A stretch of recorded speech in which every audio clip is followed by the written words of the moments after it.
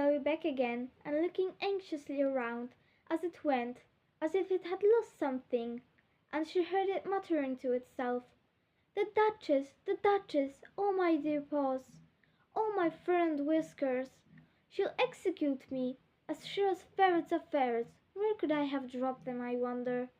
Alice guessed in a moment that it was looking for the fan and pair of white leather gloves, and she very good-naturedly began looking for them, but they were nowhere to be seen. Everything seems changed since her swim in the pool, and the great hall with the glass table and the little door had disappeared completely. Very soon the rabbit noticed Alice and called out to her in an angry tone, "In the one hand a piece of bread and butter, in the other, I beg pardon, your Majesty." He began for bringing these in, but I hadn't quite finished my tea when I sent for. "You should have finished it," said the king. "When did you begin?" To have the look of a matcha, who had followed him into the court, arm in arm with the Dormouse. 14th of March, I think it was." "He says 15, said the matcha.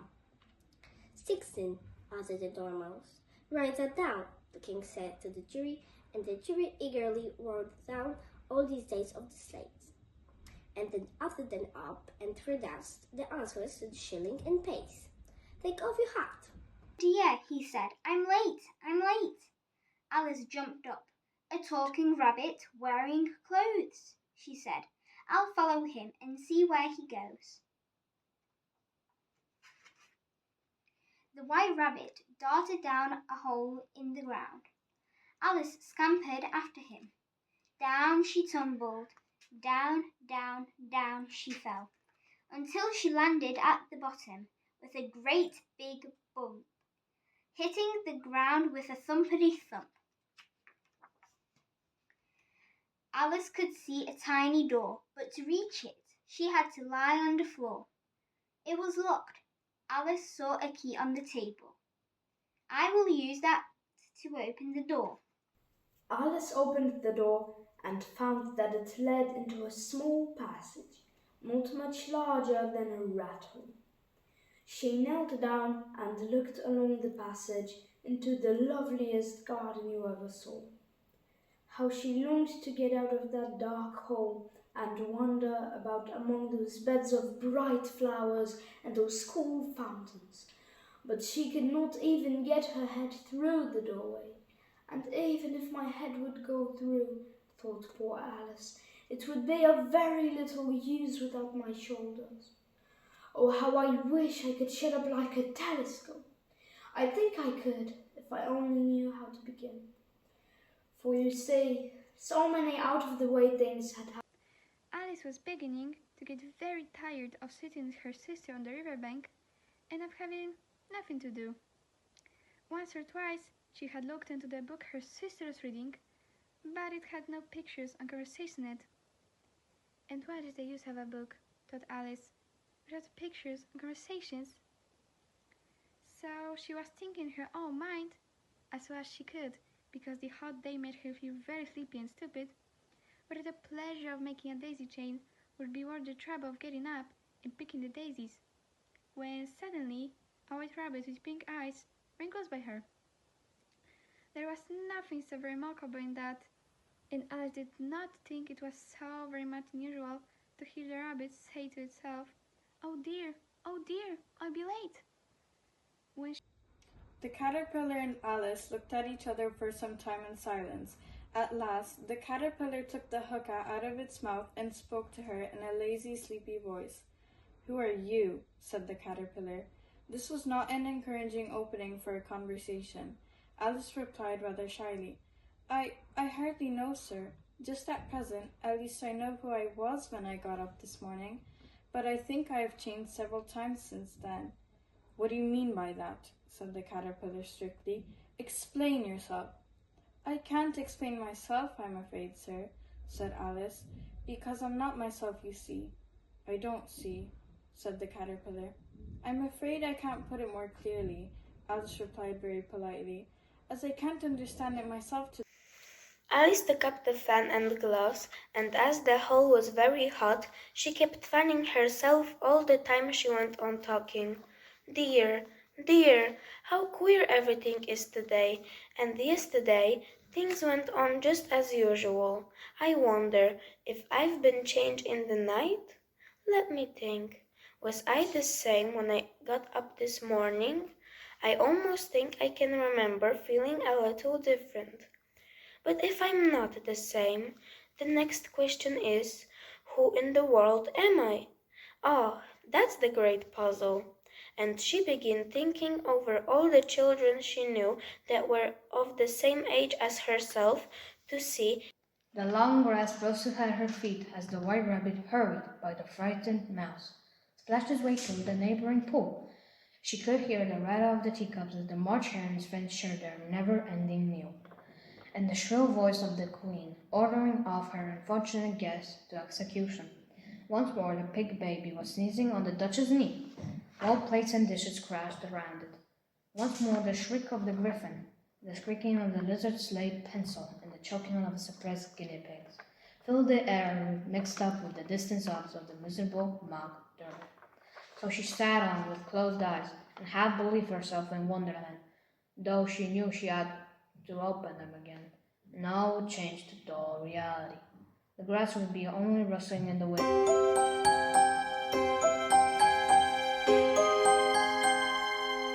Into a small passage, not much larger than a rat hole. She knelt down and looked along the passage into the loveliest garden you ever saw. How she longed to get out of that dark hall and wander about among those beds of bright flowers and those cool fountains.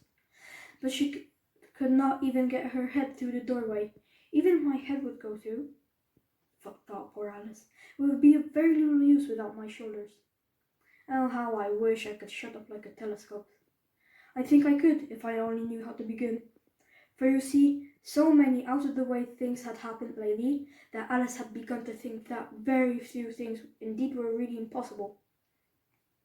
There seemed to be no use in waiting by the little door, so she went back to the table, half hoping she might find another key on it, or any. Tea time! Tell me, Alice, would you fancy that? I know I would. I would indeed.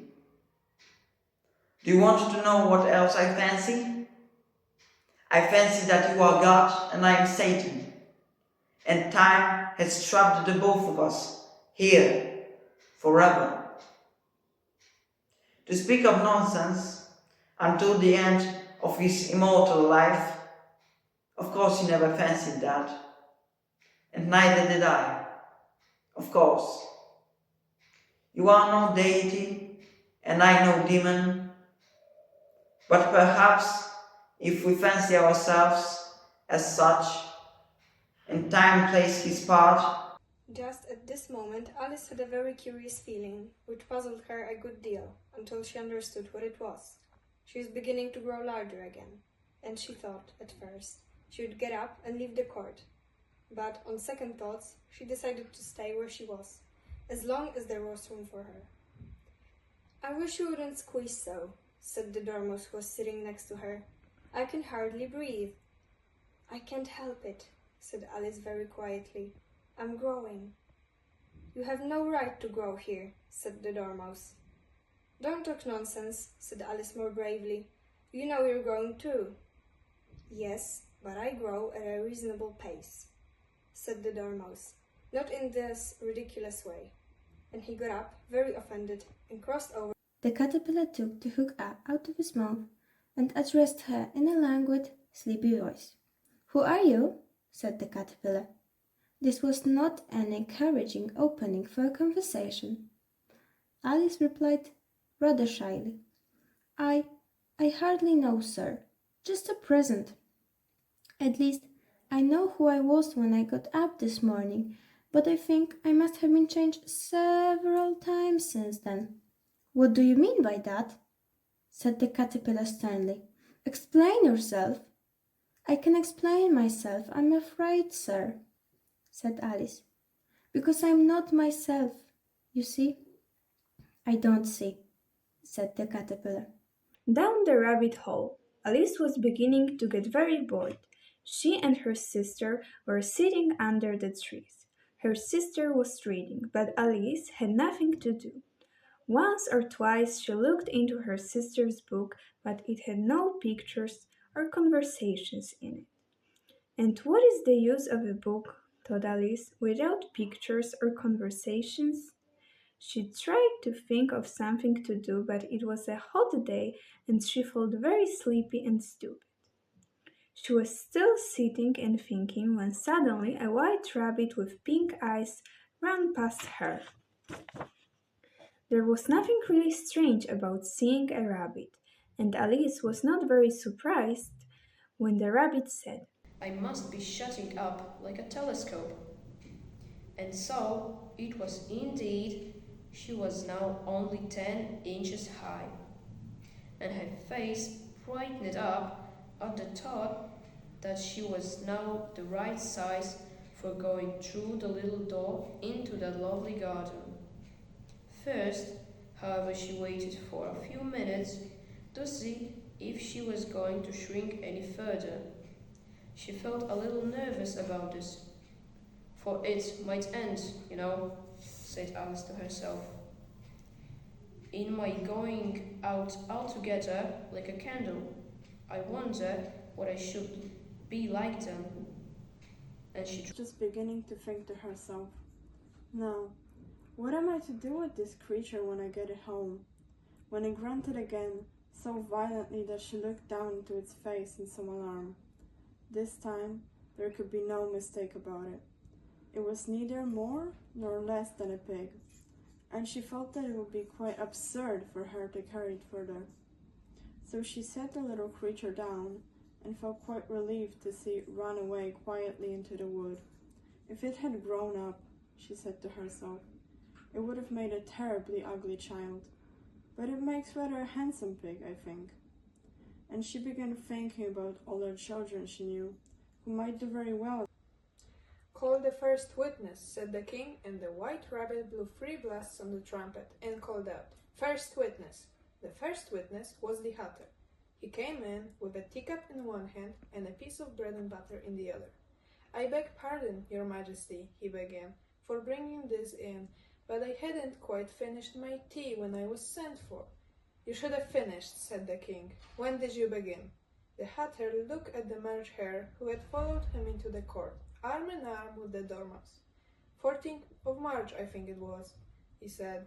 15th, said the March hare. 16th, added the dormouse. Write that down, the king said to the jury, and the jury eagerly wrote down all 3 dates on their slates, and then added them up and reduced the answer.